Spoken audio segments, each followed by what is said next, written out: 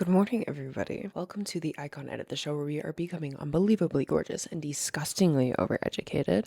My name is Monet, fellow icon in training and host of our show. So I do all my research. I share everything I learn with you guys, and you share anything and everything you know on the subject back with me, so we can all grow hotter and more educated together. So with that being said, be sure to invite all our fellow icons in training, all us motivated, educated, intellectual women who want to build off of each other. My drink, I need to share my drink with you guys because I'm currently obsessed with this. This is cold brew, and I add cinnamon, sea salt, and just like the slightest little dash of heavy cream. I'm a big heavy cream over half and whole milk over skim girl always. I love that, like, ooh, creamy, fatty, yummy. This is so good. The salt balances out the bitter, and the creamy just brings a little bit of decadence. It is so much caffeine, and technically this like can keep you in a fasting state. Dirty fast, not clean fast, but whatever. Because like, look at that color. That's hardly nothing. But anyway, let's get into my book of the week. I'm re-listening to The Nightingale by Kirsten Hanna. Anything by Kirsten Hanna. Obsessed. So obsessed. I think The Nightingale is the first book I read of hers. Well, and probably, I don't know if I can fully say my favorite, but at least in my top 3. It is so good. There's a touch of romance. There is a touch of adventure. And it's all from the feminine view, or at least two women's view in Nazi-occupied France in World War II. So exciting, so crazy. 10 out of 10 recommend. And please, if you have a book that you're obsessed with right now, please comment in the comment section. I've been on a big dry spell. I've reread 4 of my books now. I, for some reason, cannot get into another book. So please comment your personal favorites. With all of that being said, let's get into our subject of the day. I'm in a weird funk with my life right now.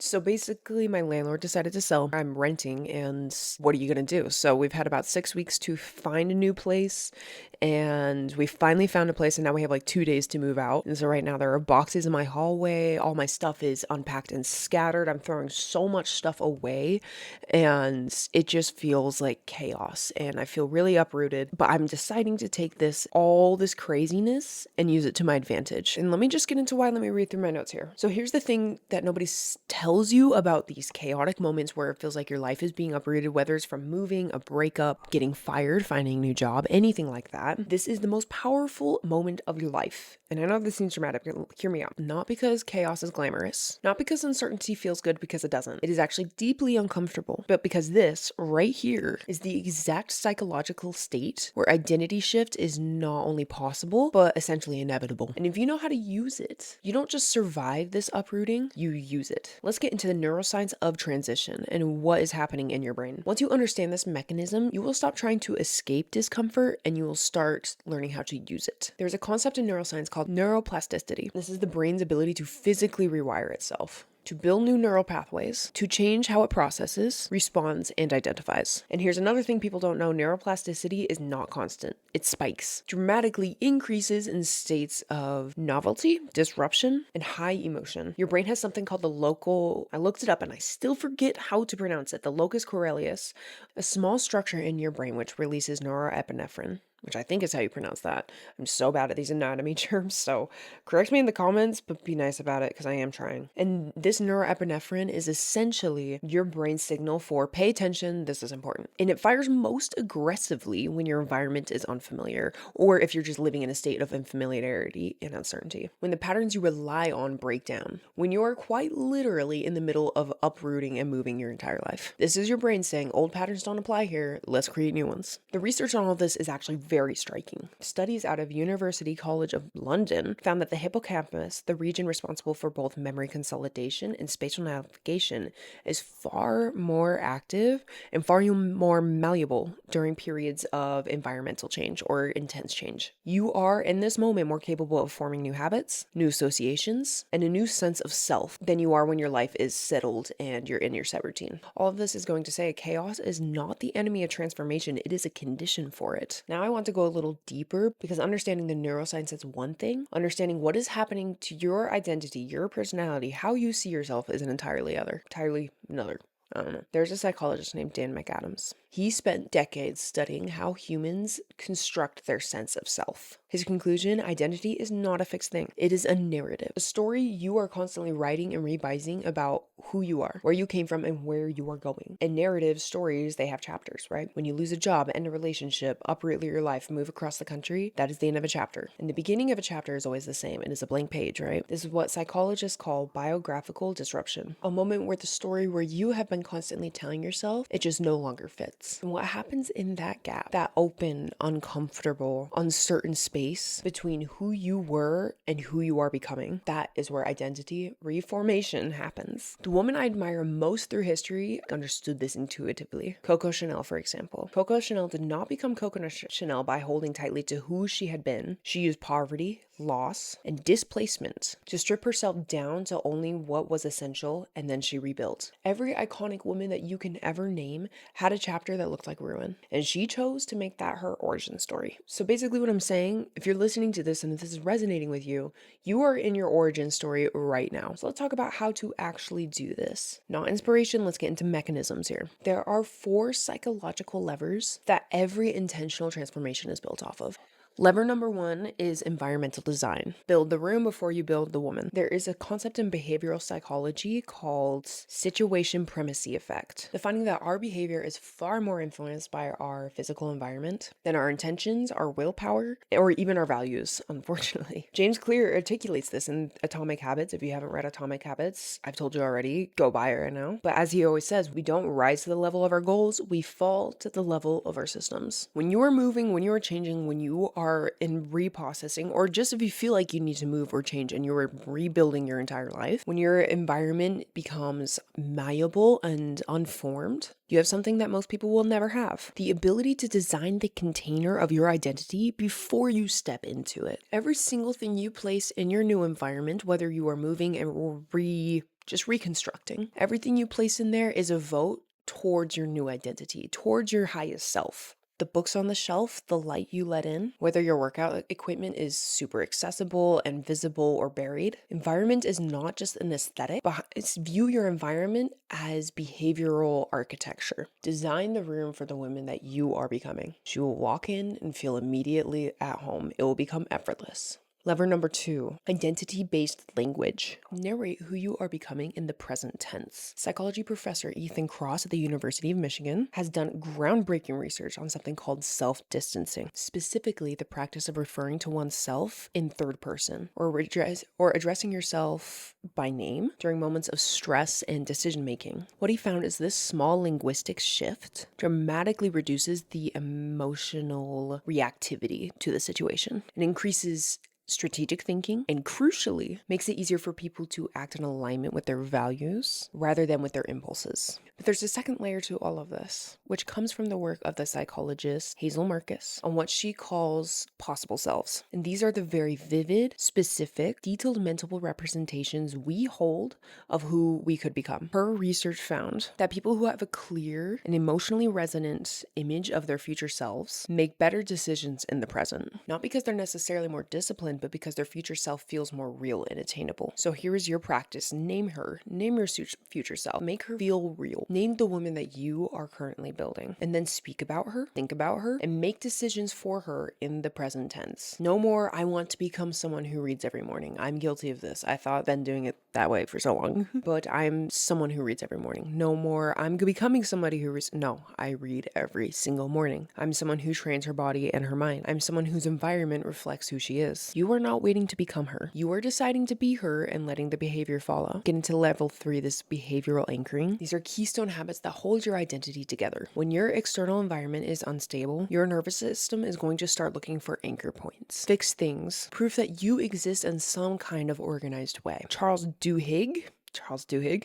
in the research behind the power of habit, identified what is called a keystone habit. Specific behaviors that don't just accomplish one thing, they create a cascading effects across multiple areas of your life. Exercise is the most studied keystone habit. When people begin to consistently exercise, they spontaneously just start eating better, sleeping better, and managing their time more effectively. And this is without even consciously having to change any of those behaviors, having to work on any of those behaviors aside from exercising every single day. In these intense periods of transition and uncertainty, your keystone habits become your identity anchor. It is the behavior that says, regardless of what the hell is happening around me, this is who I am and this is what I do every single day. So pick one non-negotiable. I always don't feel like I'm saying that right. Non-negotiable.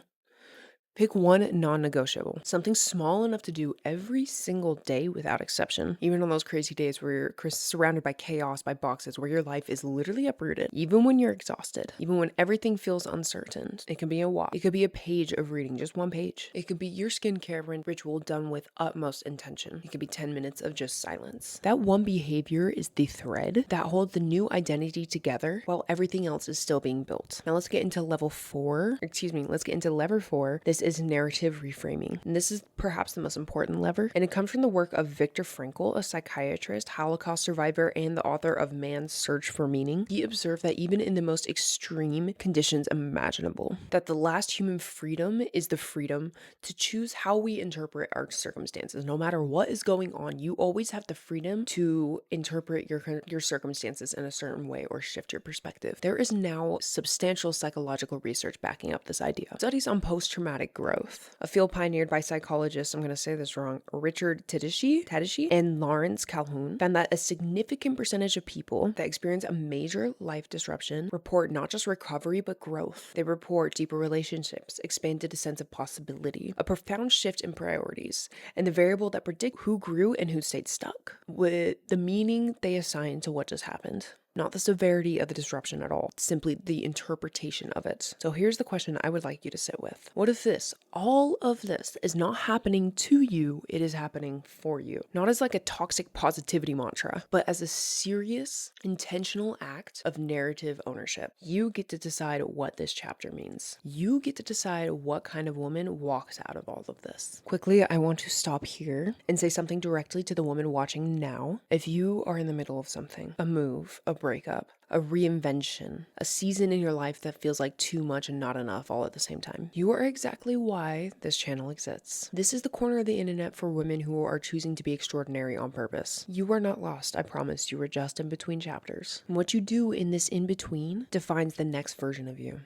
I'll see you in the comments. Let's get into section 4, the identity reset, a practical framework of what you should do now. Now, let me give you something concrete to work with because as we know, inspiration without structure dissolves. Here is your identity reset framework. 3 moves you make in the next 30 days to ensure that this disruption or just this need for change, perhaps, maybe you're not necessarily having some crazy thing happening in your life. You've just been going through the same routine and feel nothing changing. So you're creating the disruption. That is great. But we want to make sure that this disruption becomes a deliberate rebuilding and not just chaos. So move number 1, the inventory. Before you can build something new, you have to decide what you're bringing and what you're going to leave behind. This is not a physical inventory. This is a behavioral and identity inventory. So grab your journal, write down the habits, behaviors, relationships, and beliefs that only belong to the old chapter. Write these down without judgment, but with clarity. Now write down what belongs in your new chapter. What does the woman you're becoming believe about herself?